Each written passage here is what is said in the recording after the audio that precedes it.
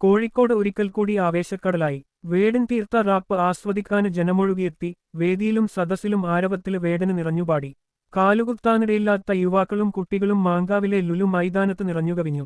ആരവങ്ങൾക്കിടയിലൂടെ വേടന് പുറത്തോക്ക് ഇറങ്ങിയപ്പോൾ ഒരു യുവതി വേടന് ഒരു സമ്മാനപ്പൊതിയുമായി എത്തി.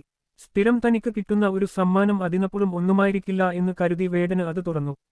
അതുവരെ ആവേശത്തില് കണ്ട വേടനായിരുന്നില്ല ആ നിമിഷം. കണ്ണു നിറഞ്ഞു, മുഖത്താകെ സങ്കടം.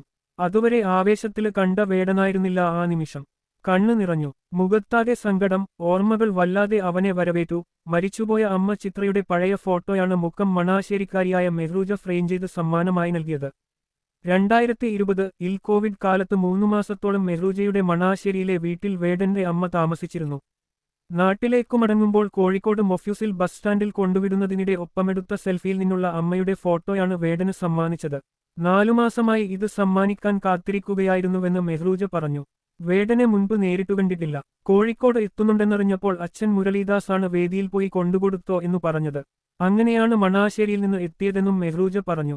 അമ്മയുടെ ചിത്രം നെഞ്ചോട് ചേർത്ത് വേടന് ആവേദി വിട്ടു. ആ കണ്ണ് നിറഞ്ഞഴുകി.